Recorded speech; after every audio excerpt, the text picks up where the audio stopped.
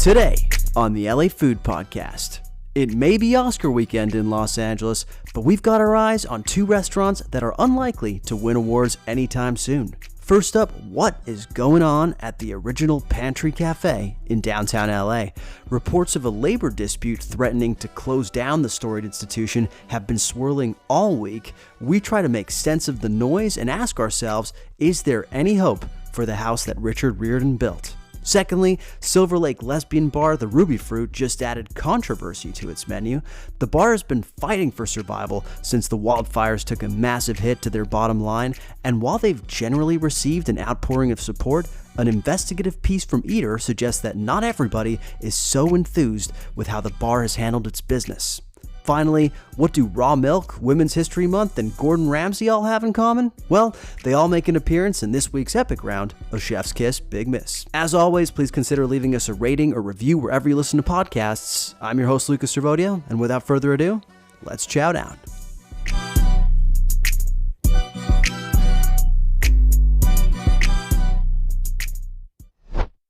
The LA Food Podcast is presented by The Lonely Oyster. Unwind at The Lonely Oyster's Echo Park Night Watch. Did you know that every night is industry night at The Lonely Oyster, dear listener? Stroll in after 10 p.m. nightly for a one-of-a-kind experience designed for the night owls and hospitality pros.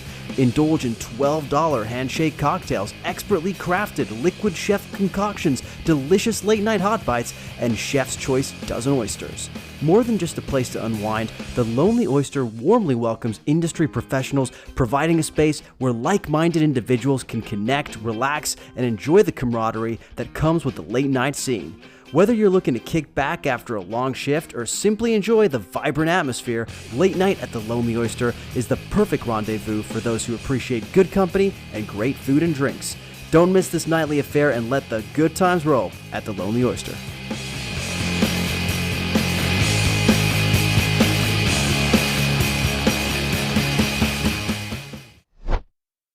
Welcoming back to the LA Food Podcast, a man who just last week experienced his very first taste of fame. It's Father Saul. Father Saul, how you doing today, buddy? I'm doing well, man. I'm adjusting to the limelight, adjusting to the spotlight here in LA.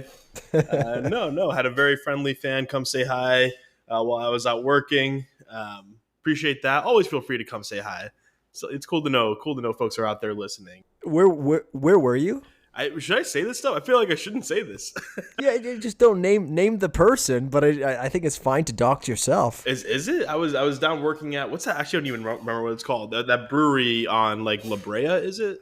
All Seasons? All Seasons, yeah. I feel like we're giving too much detail. I don't like this. Fair enough. Let's just maintain some privacy. But I did want to ask you this, like, were you surprised when this happened? Yeah, of course. Was not expecting this to be an aspect of my lifestyle in LA. But again, very sweet, very nice, and I don't mind it at all. But yeah, it was a shock. You've experienced this before, right? You've had some IRL encounters. Yeah. I've had some. I remember the first time. You never forget your first time, as they say, as the old saying goes. And it was actually a few years ago. I was in a Starbucks in Pasadena waiting for my car tires to get changed. And some random person walked up to me and said, "You're the sandwich guy, right?" And I was just there with my iced coffee, and I could not believe it. At first, I was like, you have the wrong person.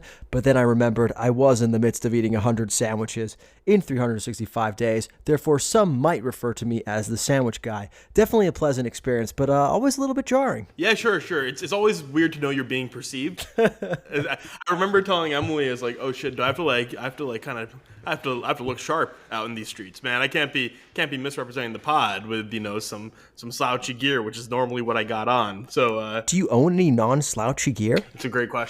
I just bought myself a new suit, brown suit, seersucker stripes. Wow, kind of like textured in there. Yeah, it's a statement piece. I would say not slouchy at all. Catch Saul wearing nothing but his seersucker brown suit out and about, just in case he gets recognized. Hey, look, maybe suits are my thing now. Maybe I lean all the way in, as opposed to Instagram ad polo shirts. Hey, look, never failed me.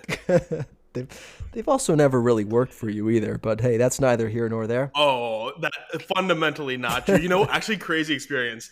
I as you know, have my outfit. If you do see me, I can promise you it'll be something like this. I'll either be wearing my Hokas or maybe a pair of boots, whatever, the shin length socks, Faraday brand all day shorts, and a casual polo, almost certainly from an Instagram ad. That is my look, right? It is like naturally organically in my adult life, I was like, these are the things that make sense to wear. I feel great in them. Feel like I look good.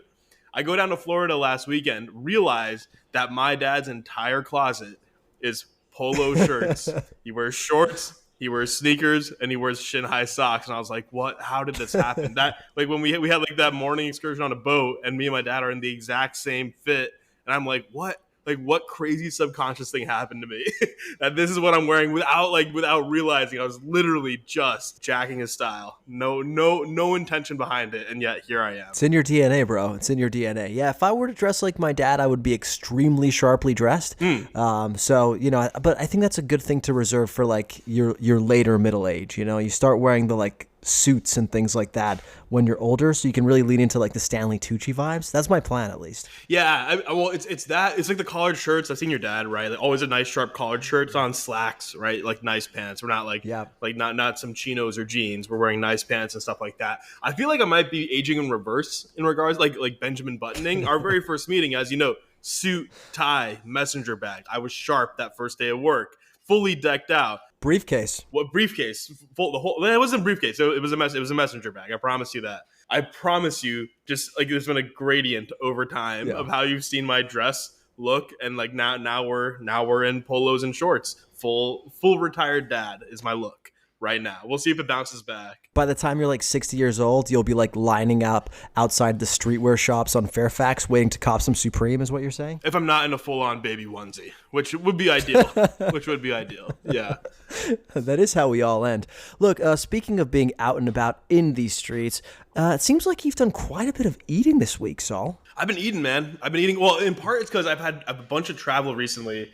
And you know how it's two things. I'm traveling a bunch, so it's hard to like get cooking or do a full grocery run. And I'm committed to not ordering. So what you end up doing, going out, getting something to eat, takeout stuff from the restaurants. Hi-Ho Burger. Tried, I think, more than one time this past week. Really? That means you really like it. I really do like that. That's a very good cheeseburger. Those are very good seasoned fries, well-seasoned fries. Your take is incorrect regarding the fries. So I do wish they were more kind of uniformly crunchy. I will say that. Excellent key lime pie. Yeah, no, big fan of the Hi-Ho Burger. I was like surprised by how much I liked it. It was very, very good. Now you fancy yourself a bit of a burger expert, which is the irony of me going out there and eating 100 burgers in 365 days. What makes Hi-Ho a superior burger in your eyes? I don't know if I call myself a burger expert. An appreciator for sure. I'm an appreciator, and I don't know, what's gourmand? Is that expert? What does that mean? I don't know. It's like a nerdy way to say appreciator. Yeah. There you go. What makes it good? I think most burgers are like close to the same experience. Part of the reason I said this to you during the when you started the countdown with burgers, it's like one of the most uniform experiences, maybe the most uniform experience you are doing with the countdowns. I think the key thing for me when enjoying a burger comes down to like the particular construction, size, like the experience of eating it. What does it feel like, right? And then on top of that, particularly well executed, tasty and well seasoned meat, right? The right kind of toppings. I like a shredded lettuce, as you know, and as we've discussed, I like a nice sauce on there. Like those are the things, but they're not necessarily unique. But like it's like that construction and the size, and just like hey, this like fits just right. And then when you kind of like bite in, everything coheres in a way that makes sense. Nothing's like dry, like or standing out. Nothing's like overpowering the meat. Oh, and also, by the way, I should say, excellent bread and well toasted buttered bread on that burger, which I think is super key. And that doesn't over soak and get soggy. Yeah, no, just a bunch of good things there. It's funny you say that, because when I had that burger, the overarching dominant flavor I got was ketchup. And you talk about not wanting anything to dominate your burger. Dude, I think Hi-Ho is an excellent burger. I gave it a 90%. Nah. But its downfall to me was the amount of ketchup. It was a lot of ketchup. Maybe you got maybe something weird happened in the kitchen. Like, I'm picturing them like at the end of the bottle, where you're like having to like shake it and then all of a sudden it squirts everywhere. That's what I'm picturing. Yeah, exactly. So I've not had that experience. I've had a very balanced bite, I'll say, each time with the Hi-Ho burger, which I've had, like I said, multiple times now. So I don't know if I agree fully on that account either. Now, the key thing I have to say, which I told you, I do not have it as served, right? I have my particular things that I keep on and off to perfect the experience in my eyes. But yeah, that's the only differentiator there. And then I understand you had the chance to try one of LA's hottest breakfast sandwiches, which is, I believe, on Santa Monica and Highland, and that is Calabama. Dude, what inspired this? It's on my way to my haircut spot in WeHo. I was gonna say, I didn't realize they had a Supercuts in WeHo. Shut up, man. Yeah, I actually I'm learning that barbers are one of the most important relationships of my adult life. My guy in Seattle, like I'm literally, I plan my life around when I can get a haircut from him in Seattle. Like, I got this cut now so that when I'm in Seattle in late March, I'll be ready to go see Trent up there, and we can reconnect after a couple months. Do you miss him? Do you miss him when he's not around? I actively miss him. Yeah, we talked about real shit, man. We got deep. But Calabama. So I drove past it a couple times on the way to and back from haircuts, and was like, I gotta try that spot sometime. This Sunday, that the opportunity arose. Went and got their OG breakfast sandwich with bacon. A really solid breakfast option. I mean, for me, I just love a sandwich on simple toasted white bread, and again, construction done really nicely. Everything is again, it just all coheres with the egg and bacon in there, right? And I believe avocado as well. Just really well constructed, toasted, tight there in the aluminum wrap. Wonderful hot sauce that comes with it that you dip the sandwich in. House-made hot sauce, right? House-made, that's right. They bottle it up and sell it now. But yes, house-made. Really, really nice experience. I will definitely be going back to Calabama. My only wish slightly was the bread being just a little thicker to add that. I mean, I'm a bread boy. I like some bread, but little extra cushion for the pushing. Right. I mean, like a Texas toast almost thickness to to go with it, right? And just really bite through. Because even in the few seconds between you picking up the sandwich and opening it on the counter right outside, the thin sliced white bread gets a little softer just in those few moments. And if you had a thicker bread, maybe it would hold up. That was my only thought as I was eating it. Otherwise, I just can't wait to go back and have more. I'm okay with thicker bread on sandwiches, but I've learned this with the burger countdown as well. But I think the key is the bread has to have some compression to it, meaning it can start out as a thick piece of bread, but you want it to almost compress as you bite into it so that you don't have to anaconda jaw your way around the sandwich for the entire time. That gets really tiring. Basically you're able to with your fingers press down and fit it into your mouth. Yeah, or with your mouth too, right? That there's sort of a nice compactness to it. How would a bread not compress when you're biting down into it? What do you... Dude, if it's too thick and too hard, you know what I mean? For example, have you seen some of these thick slices of bread that you get avocado toast on, right? I think if you were to have a sandwich with that, the roof of your mouth would be a goner, my friend. I think you have a weak jaw. Small mouth is what I'm hearing. Small mouth. Dull teeth. That's what I hear. Not something I've ever been accused of, but okay. Look, the final restaurant I wanted to touch on is one that I was wildly surprised you were going to, and that is one of the favorite restaurants of the How Long Gone podcasters. That is the wine bar Stir Crazy on Melrose. Saul, first of all, what inspired this visit? I had a friend coming in from out of town, and we needed to I wanted to meet him up for dinner, but didn't want to go have a full sit down 3-course thing. And I was like, what's the right sort of... I was looking at different pop-ups. I texted you about pop-ups. I think that would have worked as well, but I couldn't find anything between Beverly Hills and WeHo that really stood out. But if anyone knows good pop-ups in that zone on Tuesday nights, let me know. So I went instead for the wine bar experience, and Stir Crazy is right down the street from my place. I've heard a ton about it.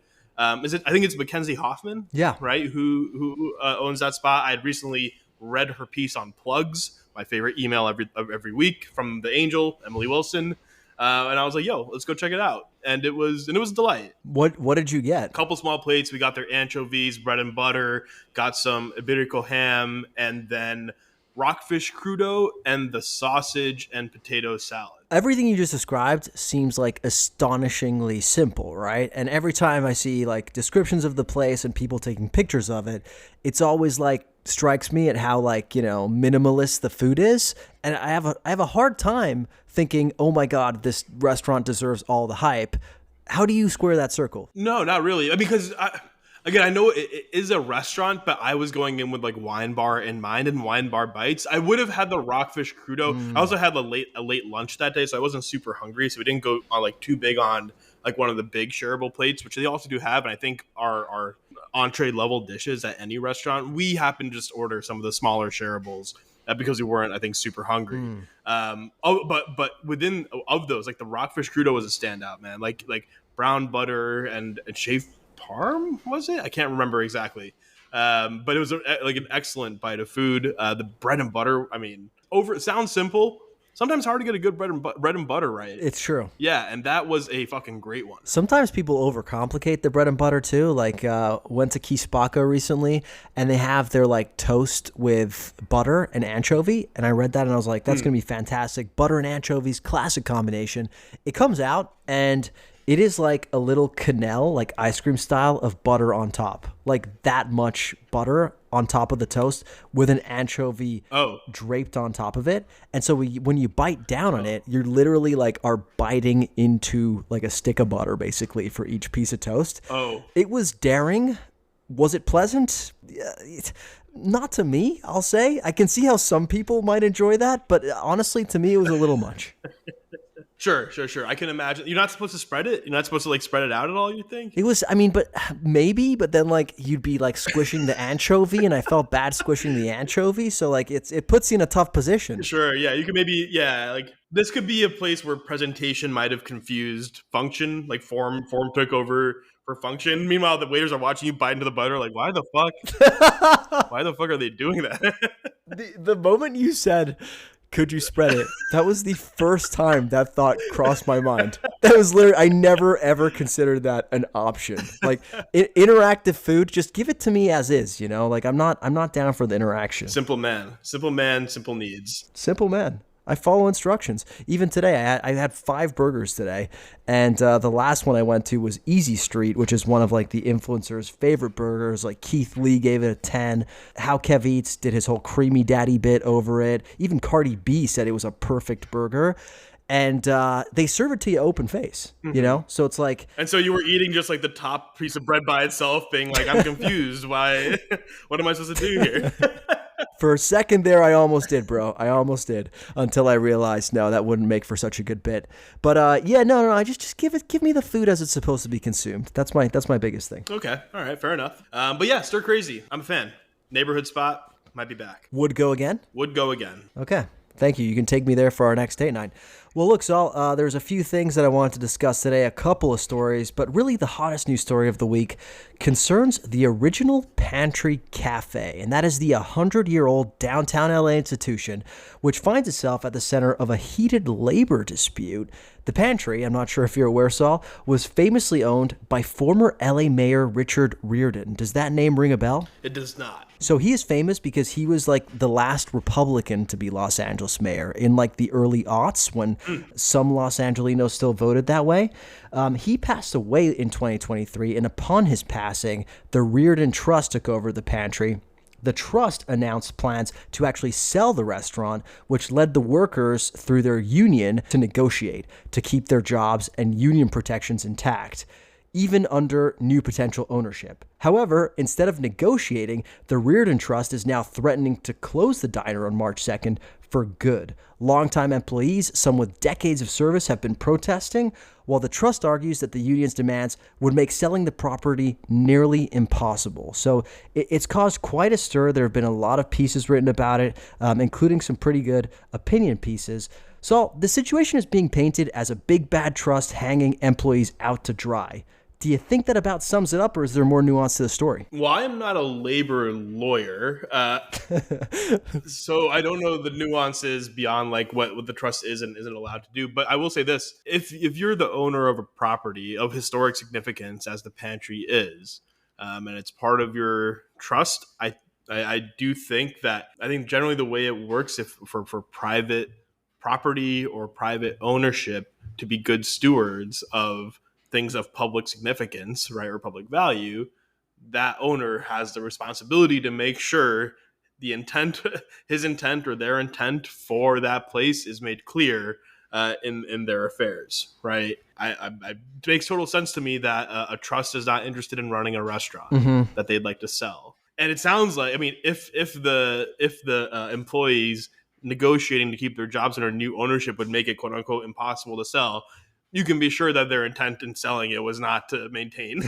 like was not to sell to an owner who was interested in maintaining the sanctity of the pantry, right? I don't even yeah, big back. I mean, it's big bad ownership, whatever, versus the interests of a people who work there and the city and its cultural and historical significance. And I do my first thought, and no disrespect to the dead, I'm just saying in terms of this the significance, or how this works.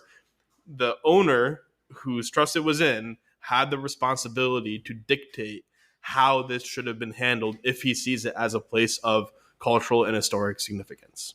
Yeah, that's an interesting part of this, right? It's like, I think both sides are playing the what would have Riordan wanted, right? And I feel like the trust is saying so the trust's whole argument is look, the main sort of funder of this entire trust is the Riordan Foundation, and the Riordan Foundation's mission is to support education. They're arguing basically the pantry, as noble as it is, doesn't really fit in the portfolio of K through 12 education, which I think is their focus. So to them, they're like, yo, we're trying to fulfill Riordan's wishes by carrying on the foundation, and this seems to be the most sensical way to do it. Whereas the union, I think it's Unite 11, right? They're saying, actually, Riordan fucking loved this place, and the last thing he would have wanted is to see it go to shit, basically. So they're both kind of playing the what would the founding fathers have wanted? Which could have been made clear if it was articulated. and that's literally, yeah, that's the point. Rather, let's not leave it up to chance. Yeah. If I own a restaurant, right, or whatever, right, like whatever, some cultural thing of historic relevance or cultural relevance, it is incumbent on me as the owner, if I'm going to be a good steward of that thing, to make clear my intent, should I not be around, to act on my intent, right? So it's interesting, right? I mean, so there have been a lot of voices in the conversation. One of them has been Jake Hook, who's known as Diner Theory on Instagram. It's a great account. You should absolutely go follow it. He wrote an opinion piece in LA Taco making the case for why the pantry should stay open. To me, it seemed mostly an appeal to people's emotions, but were there any salient points in there for you? I mean, plenty of salient points. I'm an East Coast boy out in Jersey. Diner scene, huge. I love a good diner. I'm going to go follow Diner Theory. And all the points made about losing the connection to LA history and losing places where all people from all walks of life can go, right? I think maybe diners hold a particular space in the restaurant industry as one of those places where everyone can congregate and feel comfortable going for whether it's 2 a.m. or 9 a.m. or whatever, lunchtime.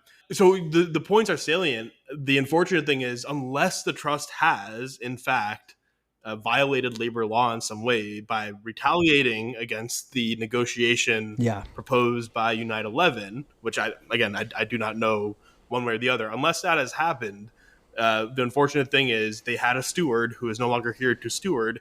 It makes total sense that a trust whose mission, as articulated to them, is K-12 education, with very little interest in running a restaurant in downtown LA, would want to then change ownership. Every step in the decision-making process from either side here makes, I think, total sense to me. It's a logical sense, and we are getting to the logical conclusion of those respective decisions in the absence of a clear articulation of what the intent was for this place by the person who owned it. Yeah, no, it's a tough one because instinctively I obviously am on the side of the workers, right? And the pantry. I mean, I am a man of the people, of course, as everybody on this podcast knows. But when I actually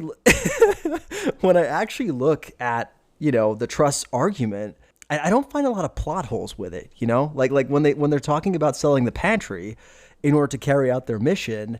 And they're talking about how meeting the staff's demands of like basically ensuring their employment would make it impossible to sell the restaurant. That's just kind of how the cookie crumbles, it seems, right? So to me, when I read that, I'm like, are the Pantry employees and the advocates out there going about this the right way? So for example, Jake Hook is organizing a letter writing campaign to various local and state officials, and he's calling for an investigation into the situation, suggesting that there may be some violations of labor law, right? Including potential retaliation against employees engaging in protected activity. However, you've set out the caveat, we're not labor lawyers, right? It doesn't seem to me that like they're quite at the stage where those negotiations are in process yet, because like a sale is happening, right? They're just talking about selling the business.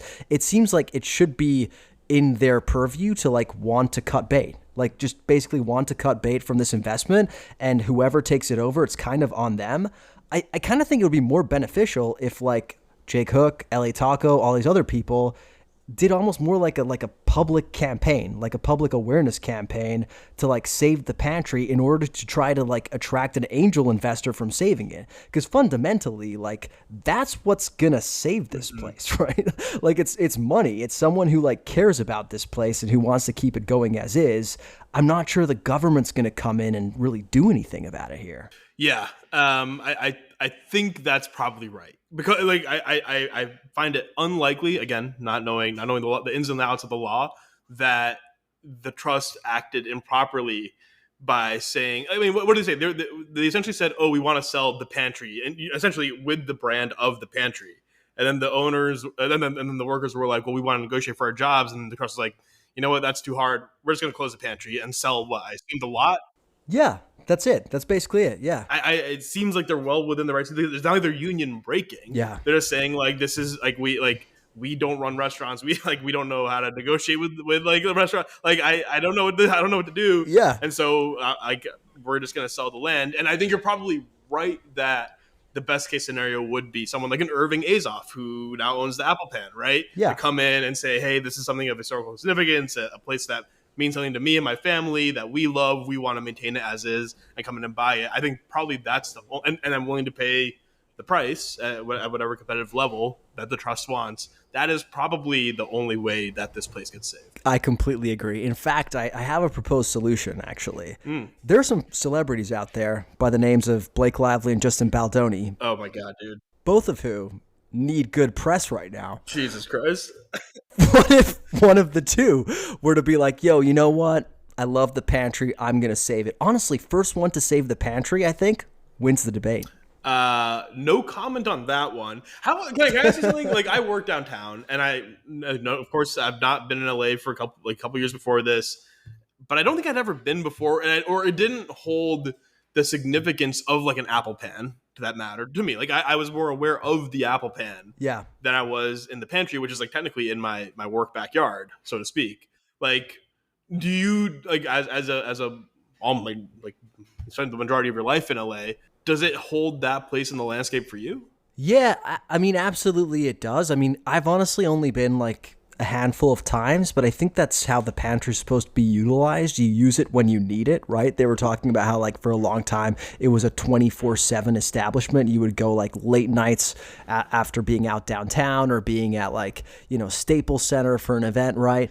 And I remember like one of my first weeks in LA, my cousin took me around. He was living in the Valley and he was showing me around, and we drove to downtown, and he pointed out to the Pantry and was like, dude, they make the best pancakes ever. Like it was like heralded to me as an institution in one of my first ever visits to Los Angeles. The issue is though, the Pantry today is not the Pantry that it was 10 years ago. Like, even like since COVID, they're no longer the place that's open 24/7. They're open, I think they're closed 2 days a week. They're only open 8 a.m. to 3 p.m. So things have changed, right? So the institution has like slowly morphed over the years, and I don't even think it holds the same sort of like place in Angelino's hearts that it once did. Your lack of like, connection to the Pantry may just be a function of like, your experience in Los Angeles, and that's fine. But I do think that it does hold a special place in Angelino's hearts. That said, I think it's a place that's been evolving recently. I don't want to say time's up for the Pantry, but like it does feel like something's got to give. Either like there's going to be a benevolent person to come in, take over, restore it to what it used to be, or, it's just going to have to like go along with the tides of capitalism. Mm-hmm. Yeah. I'm realizing, like, I just pulled up like a street view picture of the Pantry, and I know exactly where this is at. Yeah, I'm sure you've seen it. You've driven up Fig. Because you like go down to like a Lakers game. Yeah. Yeah. It's impossible to miss, right? Like Riordan's Tavern too. Yeah. Like I have not gone in, but I've probably walked by like a half dozen times at least, going back and forth to games or to like the Staples Center area, right? The movie theaters down there. I think in some cases, like, this is both like a cut and dry capitalism. Like, as we said, the logic from both sides adds up kind of perfectly. I don't even necessarily think you can say the trust is acting in bad faith or improperly. Nefariously. No. Yeah. Again, I will repeat the point. The trust takes instructions from the person who creates the trust, right? If there was a responsibility or intent, that could have been outlined to them. And again, I don't know what was or wasn't, but that was my first thought when I read this story. Everyone's acting like in the way that you would expect them to act, given the rules set out in a situation like this. And if there's a desire to keep the pantry around as is, that relies on someone who cares about the particular restaurant and keeping the experience there, coming in and willing to spend the money to save it. I don't know about your Blake Lively, Justin Baldoni idea, but it would be excellent PR for either of them, and it. But however, a more realistic idea might be an architect like Jingbo Liu, right? Who's like famous for taking old Los Angeles properties and restoring them, like he did to Cassell's, like he's doing to that development over in Victor Heights, like. Someone like that with a historic interest in the city, but who still sees some business value in a property could totally take this over. And I want to say that because I feel like we're being a little like glib on the plights of the workers, right? And we're kind of being like, yeah, capitalism wins. That's not how we mean it at all, right? Or not how I mean it. I don't know how Saul means it. I just think it's more complicated than just trust bad, workers good. Sure. Yeah. I think it would probably agree with that. I think workers good also for the record.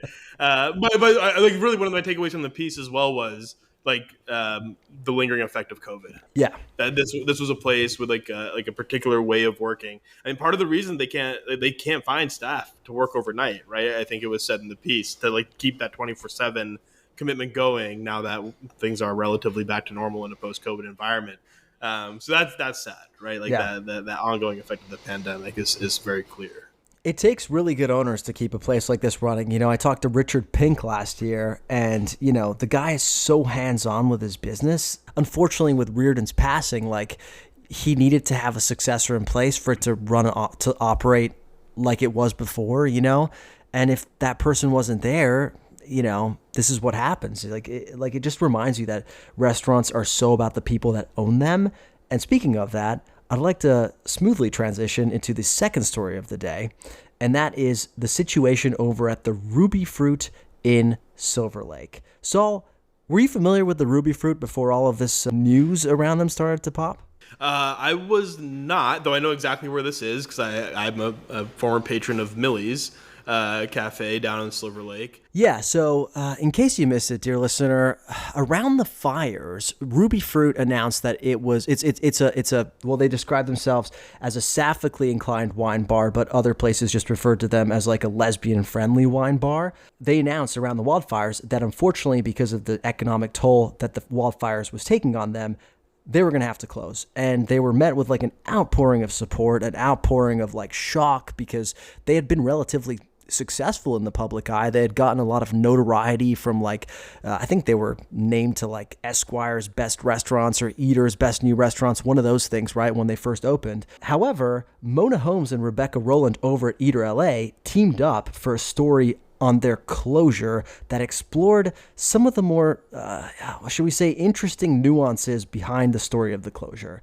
So basically, Ruby Fruit closes its doors suddenly in January. It cites financial strain from LA's wildfires. However, former employees and customers had a different story to tell.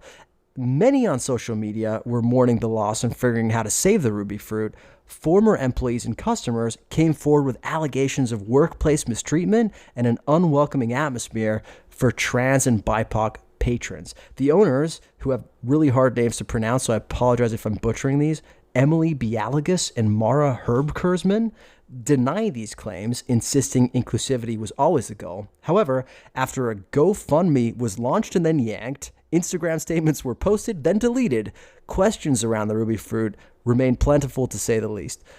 So, what did you make of this whole situation, reading it through the lens of Mona and Rebecca? I first want to say the term sapphic, I think, is broader than just meaning lesbians. It's a term that means to capture all women who are attracted to other women. I'm saying this because I learned about the term sapphic from this article, and I'm therefore very nervous to be commenting on this article. Me too, dude. I was today years old when I learned about the term sapphic. I actually remember. I think I was familiar with the ruby fruit when it opened, because I don't know if you and I talked about this, or I just saw a headline about the fact that... No, we definitely talked about this. Right, because there's only like 2 sapphically inclined or lesbian bar, however they identify themselves, in like all of LA, a place with a thriving gay bar scene, right? And there was like a conversation about like why there's like that discrepancy. I think a couple things here. One, there's the fundamental like, dissatisfaction or tension between the 2 owners and the workers who allege that the owners did a poor job of ensuring that the ruby fruit was the inclusive space it claimed to be. Mm-hmm. I will say, like, aside from like, I think those allegations from my side came with relatively few discrete examples. The closest one I could remember was like, we would have ideas for how to use this neighboring space, and the ruby fruit would say, well, you have to, like, if you want to use a space, you can either pay us $4K to use it, or it's sponsored by the ruby fruit. I will say, like, and they were like, that was just like, rubbed us the wrong way or something. It seemed entirely reasonable to me that's how the business would function. Right. But there were also, like, in terms of who's included in the decision making, right? Especially if it's trans women or queer femme women, or however. Yeah, women of color claimed that they were being tokenized, for example. Exactly. Yeah. Which are like the nuanced kind of like these are like interpersonal microaggression or could even be more discreet and overt forms of like oppression and discrimination. The piece was just light on those details. Like I did notice that. That being said, the very clear weirdness that I perceived, one was around the GoFundMe, which was first initially raised to. I will give credit to Ruby Fruit. Like we talked about this with Odium, they claim that their priority was to be able to pay their workers through the end of the restaurants, right? Yeah. Exactly, right, and that was their priority. That's what the first GoFundMe was used for. It was very strange that the employee GoFundMe fund, which was targeted, which was aiming to raise $15K and raised like about 13, was suddenly closed and replaced by a Keep Ruby Fruit Open GoFundMe for $100K. Not that that's like a fundamentally weird thing to do. You're basically just like making a strategic shift from saying like, we're going to close and pay our employees to no, we want to try and stay open. Not a great idea to like not communicate those plans. I think that's it to employees, right? And that was that basically that everything I just said was basically my key takeaway. It was like, some strange behavior here, hard to prove out. Some of the examples of weird behavior, particularly as it pertained to using the space, not that weird to me, but there are very clear specific allegations that should be taken seriously. And then there's like a lack of communication around the specific decision making and GoFundMe and fundraisers pertaining to their closure in general. Yeah, it seems like a lot of smoke, in terms of like what is going on here at the Ruby Fruit. For sure. And then when you dig into it, it's like, where is the actual meat, right? Or the fire? And there's certainly some, some tangible examples, right? And I'm sure that some employees also didn't speak out, maybe for fear of retaliation or for not wanting to blow up their spots. So there's always that. But what this really smelled of, I don't know if that's the right way to say it, but Mara and Emily, the owners, right? I think they set out to do this with the best intentions possible. Like they were like, we're going to be one of the only sappically inclined bars in Los Angeles. We want to be a super inclusive space for everybody. And I think that they extended that to their employees. They wanted to be like super inclusive in decision making, in like the way that the place was run, in sort of like, you know, A to Z, wanted to make it an inclusive place. To me, it seems like they got in there. They realized how fucking hard it was to actually execute that. And then they failed in their execution of that vision by maybe like finding that they needed to make decisions on their own for the good of the business, and maybe like not basically giving employees everything they wanted, right? Like, I mean, even in like that example that you brought up of the employees wanting to host like a movie night next door and the Ruby Fruit saying, look, it's fine, but you've got to either pay $4K or we've got to sponsor it. That seems like a business decision, right? Like it seems like something that they need to do. In fact, when restaurateurs do give up their space for pop-ups, it's heralded as like a big like charitable action, right? Because when you're doing that, you're giving up the space like at a time when you could have been using it for something else, right? So you've got to look at it as like a charitable action, right? To me, seems like an example of them maybe wanting to do the right thing and then realizing it's actually really difficult to do that in practice and not communicating with their employees throughout about those decisions.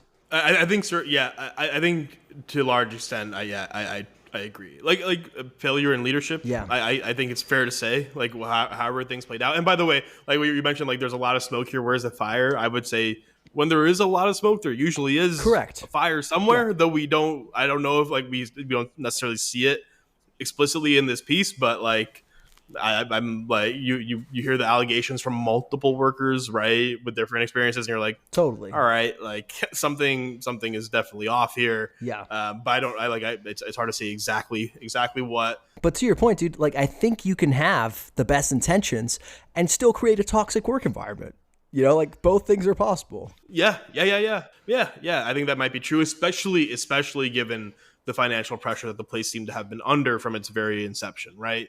Which, like I will say, with that example of like the renting the space, like it sounds like the employees were asking to use the space during like off work hours, where it wasn't being utilized otherwise. It's still very much the right of the business owner to say like, hey, well then like either pay or let us sponsor it for our business purposes. But again, if you're a place like strapped like week to week, like get more creative, be open to maybe ideas like that, like try to find ways to. Yeah, but think about our live show, right? Like at our live show, right? We used Little Joy at a time when it wasn't open, but that wasn't free for the business. Like the business had to staff their bar. They had to like keep the lights on, right? Like keep the lights kitchens on, like expend their resources and stuff like that. So even though the restaurant isn't being used at that time, it's not just like a free thing they're giving away. Sure. Yeah.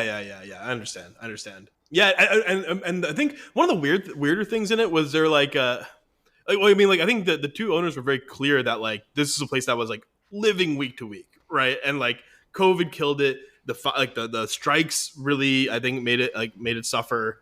And then the fires, of course, like I think they had like $600 of revenue one day, like shortly after the fires. Right. Yeah. And then it's like, okay, it's not feasible. There was like some kind of like, I don't know. There's like a weird like connotation that like they were making more of the financials being like the reason they closed than really was. Did you catch this? I was reading it and I was like, they seem to be like suggesting that like they were blaming the wildfires, blaming that. But I'm like, it seems pretty straightforward that the money's not coming in. Like, yeah, to me it seems like.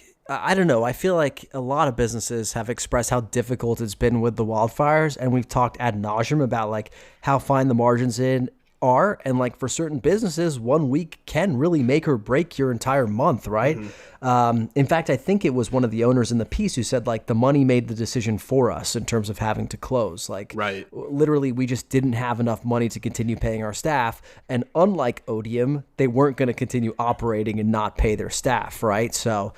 It's just a shitty situation. It made a lot of sense to me when I heard like about their backgrounds and how they were working at the place that was the space beforehand, S-Set. Yeah. And I think that this was their first foray into restaurant ownership. You know what I mean? Right. I think they just set out with this like utopian view of like, let's do this thing. Let's make everybody feel like it's theirs and they're a piece of it and they're a partner and whatnot. And ultimately, I think like sometimes those operations need to be a little bit more dictatorial. When you find yourself having to defend every business decision to your employees, it's just never going to end well. Yeah. Or it takes a different, maybe a more experienced or nuanced kind of leadership skill to bring employees into that decision making process, bring them along. Like, so much of the time, I feel like inclusivity comes down to yes, inclusivity requires power, right, and the ability for people to be participating in decisions. But I think a huge part of it comes down to communication. Totally. Right. And how people feel they've been engaged. And especially if you are self-identifying as a place, I don't care who it's for, a Pakistani bar, which would be ironic given that most of us are Muslim and don't drink. But a great example of the new, if you're we're a place for a certain in a safe space, for a certain kind of community, you got to be damn sure you are really tuned into the needs of, not just your employees, but the community itself, right? Which I thought also there were suggestions that some folks did not feel welcome there. That's key. That's key too. Yeah. Again, wish the piece had more details on those kinds of things, and only because I feel like the piece, when you read it, honestly, half the piece is quotes from the owners. Right. You know what I mean? And I know employees. that makes for or employees, but mostly the owners. And I feel I can understand that Mona and Rebecca are aiming for a balanced story that tells both sides, but it feels like we could have had the owners' stories in a couple paragraphs. You know what I mean? It was we didn't need that much from them. I would have liked to hear more from the people that experience these things, just because the way that the piece reads at the end of the day, it's really hard to make out what exactly happened. Well, yeah, in the most nitty-gritty terms, yes, but in the broadest terms, no. I think we understand what happened here. A business was financially on thin margins, was impacted by external events, had to close, and within that closure, bubbling and simmering tensions between staff, community, and ownership came to a head. I actually really like the way this piece is organized, where it's the question answer that. Yeah, you love that. Yeah. I love that. Yeah, tell me. This is the question I had. Thank you for the answer. I will say I loved this kind of reporting. I think this was brilliant reporting. I hope we have more stories like this, right? This sort of investigative timeline of events from Eater. Yeah, so often we get stories about bad behavior and whatnot, and I feel like it's just 500 words or 400 words quickly saying, the who, what, when, where, how of the story. This did a really nice job laying it all out. So I really like this. I hope they do more of this. Yeah. And shout out Coco's to Go-Go and our friend Courtney Storer, who's running a relief kitchen out of the Ruby Fruit space. Yes. So even some good has come out of this situation. Would you look at that? Sorry you weren't able to win the New Girl trivia here before it closed. I know that's your favorite thing to do at lesbian bars. Whatever, man. Whatever. I recently told that story to some of my colleagues who are I think very entertained. That is a throwback for any longtime pod listeners. All right, buddy. Those are the stories I want to talk about today. Are you down for a quick round of Chef's Kiss Big Miss? Am I ever not? That's true. You've never said no so far. I'm just waiting for the day where you're like, not today. I gotta go. All right, here we go. Hospitality nonprofit Regarding Her will be holding its 5th annual festival in celebration of Women's History Month this March. It's a series of events designed to support women-owned and led food and beverage businesses in Los Angeles. These include a brunch collab between Amiga Amore and Moo's Craft Barbecue, a pizza night collab between Quarter Sheet's Hannah Ziskin and Nancy Silverton, a collab dinner at En Soto between Nikki Nakayama and Top Chef's Mei Lin, and many more exciting events. So this is obviously a chef's kiss, but how would you classify your action of leaving me on red after I generously emailed you inviting you to attend one or more of these events with me? That's a big miss on my part. My bad. I remember you texting me this. I remember opening it and being like, whoa, these all sound really good. Yo, that Amiga Amore and Moo's Craft. That has your name all over it, yeah. Yeah, I would check that out. I mean, all these. And Soto is not far away from our place here in Larchmont, I'm pretty sure. Would check that out and eat Malin's food as well. Would love that. I'm guessing. I will say I had the immediate. I don't know if this is right or not, but I saw you sent me this over, and for regarding her and Women's History Month, and I was like, "Are we taking up space? Like, should we? Are we invited? Are we invited? Are you sure?" That was like my first thought. But I would eat any and all of this stuff. Says the man who won a New Girl trivia contest at a lesbian bar. I'm taking up plenty of space already. You know, that's where I prioritize it. Next one. The LA Times' Daniel Hernandez writes a long read on pajarete, a drink consisting of raw cow or goat milk spiked with alcohol. It's a morning time tradition in Western Mexico. This piece is a pretty fascinating look at the blend of American freedom and Mexican rural culture, resulting in what he calls rancho libertarianism. But my question for you, Saul, is far more simple. Does pajarete, the drink, sound like a chef's kiss or a big miss? I wish I was a farmer in Mexico, bro, and starting my day off with a pajarete. OG Four Loco with the coffee and some tequila. It's like the bad man's White Russian. It sounds like a badass drink. I can't believe these folks are able to get anything done starting their days off with a pajarete. I certainly would not be able to. But I love shit like this. This is really cool. Yeah, I want to try it, honestly. I'm glad. It's obviously you hear it and it's like raw milk spiked with alcohol, and you're just like, isn't that gonna like curdle in my stomach or something? Sure, yeah. But like the more I thought about it, the more I was like, that sounds like one fucking way to start the day. To start the day, 7 a.m. is crazy, dog. And it's kind of awesome. Like I said, OG4 Loco right there in the morning, right in the morning. It feels like too much thunder for you. I'm gonna be honest. I don't know if you'd be okay. Like, you think? Like what do you mean? Like stomach wise or drunkenness wise? All of the above. Like I can just picture you just like passed out in a pasture like 30 minutes later. Nothing wrong with that. I wouldn't get a ton of work done, but hey, that's okay. All right, next one. Tanya Sachinsky at the New York Times reports on the increasingly expensive nature of shrimp cocktail. The piece is headlined, "Would you pay $34 for shrimp cocktail?" and essentially looks at the factors driving that exorbitant price. But Saul, my question for you is $34 for 3 chilled shrimp alongside cocktail sauce, a chef's kiss or a big miss? So I would not pay for this because shrimp cocktail to me is not like that dish, like that. I mean, I know it's like whatever a luxury dish and like whatever they refer to Oyster Rockefeller in the piece and like different luxury items that add up, and like eating them is like a splurge moment. Shrimp cocktail is not that for me. I don't mind shrimp cocktail. But I wouldn't center my meal around an entree level price for 3 shrimp. Is it fucked up that I saw this and I was like, $34 for shrimp cocktail, that's it?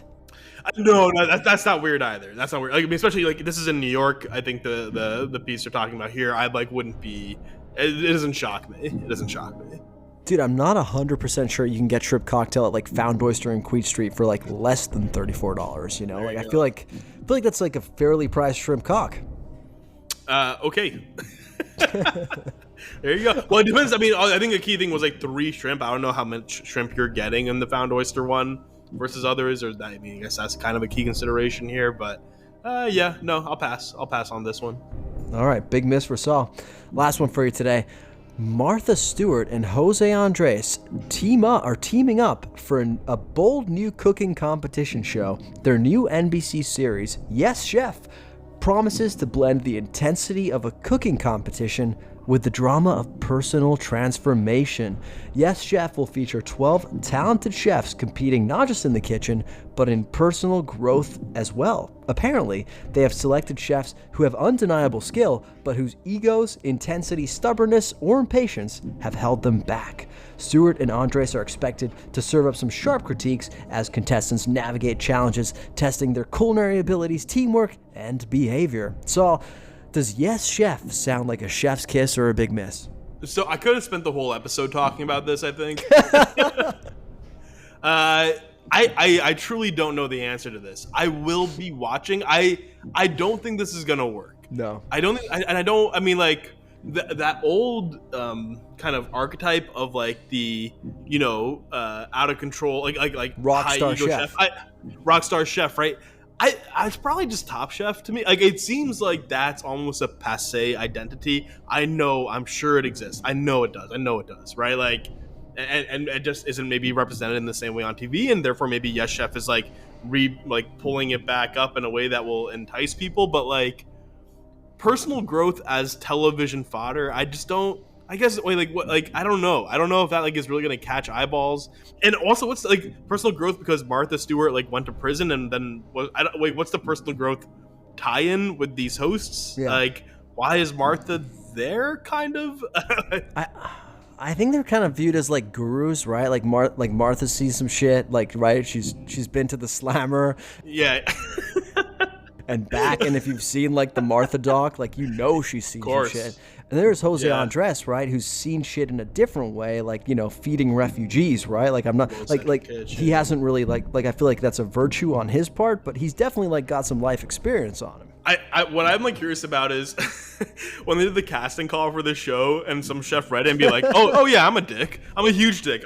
I'd be great for this show. Like I think it's like the staff submitting the chef. They're like, chef, we've submitted you for this great new show. There you go. Yeah, you were nominated. Yeah, that makes more sense. I just feel like what I feel like is likely it's going to be like kind of contrived and maybe overly produced and kind of fake. I think a lot of this is NBC, right? Yeah, NBC. I don't know, man. Like. Yeah, that's a downfall, right? Yeah. Yeah. I don't know if I trust it to be like quality content, really, but they're trying it. This is, by the way, ripple effects of the Bear. No, yeah, they're trying to 100%. They're trying to do that, like literally.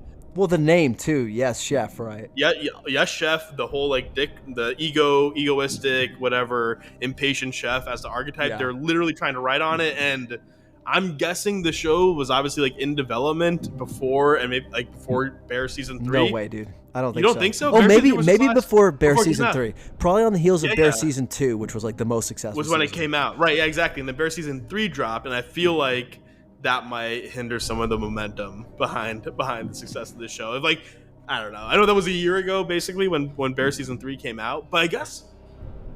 Yeah, well, I feel like this would have made more sense dropping right after Bear season 4, right? Unfortunately, they probably had not had that idea yet. I do think there's a universe in which this show could be really good, right? Obviously, like network really TV. Good. Yeah, dude. You know who you would have to give it to? Nathan fucking Fielder. If you gave this show to Nathan Fielder, okay, and you made it like a rehearsal type thing, like where chefs have to like be tested with like hyper specific situations that bring out the worst in them, and they have to overcome those situations, there could be a show there. I don't think you understand Nathan Fielder, maybe, because the whole like I don't know. Oh well, no. But actually, I can see a version of the show. Yeah, I guess I could maybe see where you're going with this. I think at best this is watchable in the background while you like fold your laundry. Like that's best case scenario. If it supersedes that, I'll be shocked. But good for NBC. Are you gonna watch Next Level Chef, by the way, with Gordon Ramsay? Probably not, dude. I this is a hot take. Like, kind of sick of Gordon, dude. Not sick of him. Not sick of him. But like, I don't know. I don't know if I'm like super in on the Gordon Ramsay. Like I really was for a moment. I had like a little peak, maybe like late aughts, early 2010s. Like with the whole world, yeah, exactly. And now he's kind of like, here's what I think truly on the Gordon Ramsay thing. Like everyone knows his shtick, and he just kind of phones it in a little. He's he's just cashing checks, and he's like, I'm gonna do the Gordon Ramsay thing. He doesn't have the fire that he had way back in like Kitchen Nightmares, was it? Like back in those days, he like really had the energy. Now he's just going through the motions, and I can tell. I don't like that lack of authenticity. Yeah, which I loved. And by the way, his restaurants are still like excellent as I understand it. Like respect for him for keeping like the work going, like actually on the ground. Just like he did that thing on Hot Ones. We talked about Hot Ones recently because you ate the bomb or whatever. His Hot Ones interview was like so try hard. Ring of Fire. Like it was like so. Yeah, like it was like so silly. It was like no, just be yourself, man. Just be who you are. But no, it's like amping it up. I think that really gave me the ick actually on Gordon. Wow. It was that interview, and I was like, nah, man, this is fake. This is fake. I don't like it. It's got me thinking, how many people did my DeBomb video give the ick to? All right, so you've won Chef's Kiss Big Miss for today. Do you have time for a quick shitty Yelp review on my part? Yeah, let it fly. Yeah. So as I think you know, but maybe the listeners don't, my wife goes to bed super early. So there's an entire like universe of TV shows that I watch after she's already gone to bed. And one of the shows that I started late last year and I've just finished as of last week was Curb Your Enthusiasm. Like, I'd never watched Curb Your Enthusiasm before. I watched all 12 seasons. Now, something happened last year where I was really, really stressed out, and I had a really short fuse for a while. Like, literally, like, the smallest things would kind of set me off with, like...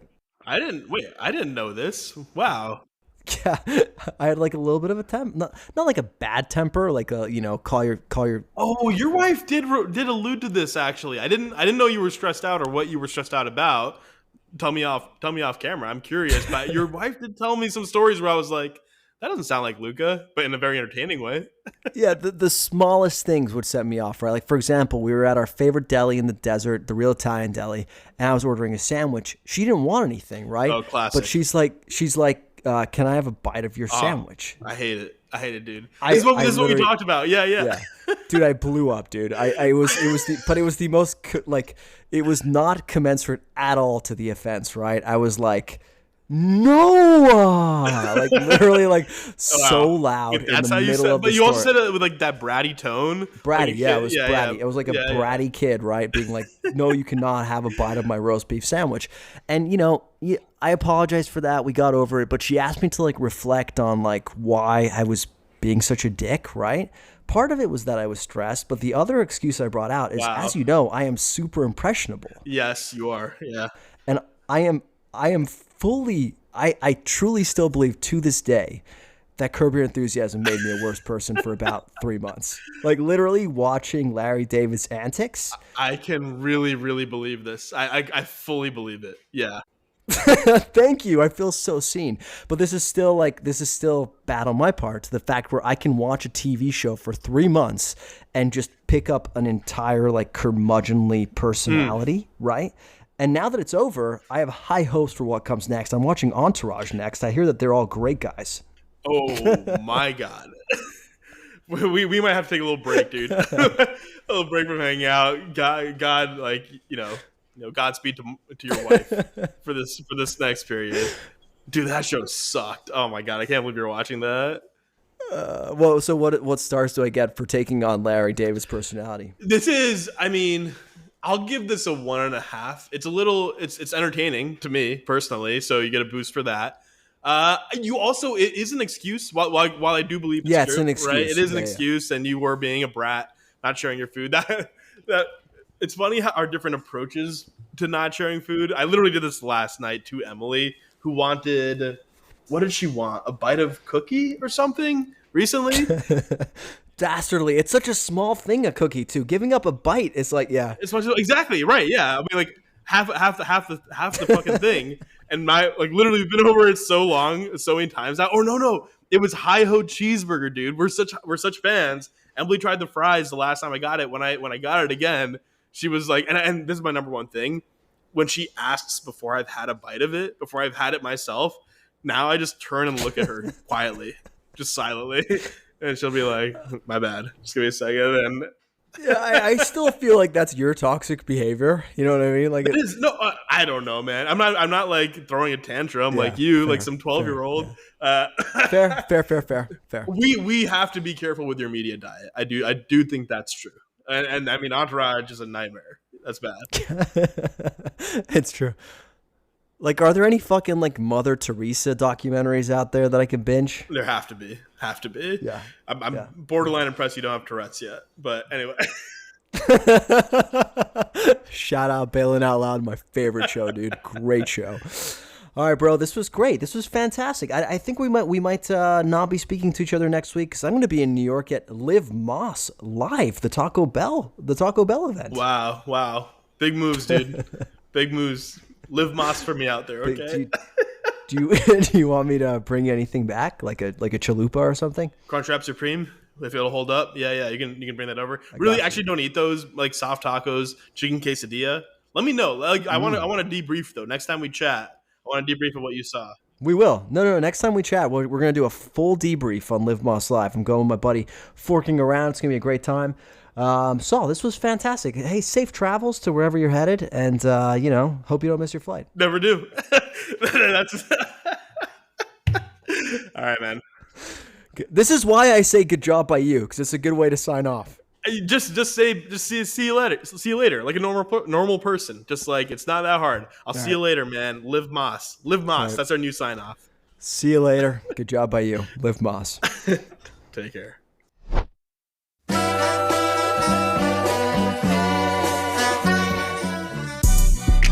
Thanks for listening to another episode of the LA Food Podcast. Thanks as always to Father Saul for making the time for us. And thank you to you, dear listener. If you like what you heard here today, please go to wherever you listen to podcasts. Leave us a rating, review, subscribe. Seriously, all that stuff really helps us make our way up the charts, both on Apple and Spotify. We'll be back next week with another epic episode. But if you're looking for me in the meantime, you can find me on TikTok, Instagram, Threads, YouTube, and even our website at the LA Countdown. That's TheLaCountdown. You can also find us on Instagram at LA Food Pod. That's LAFOODPOD.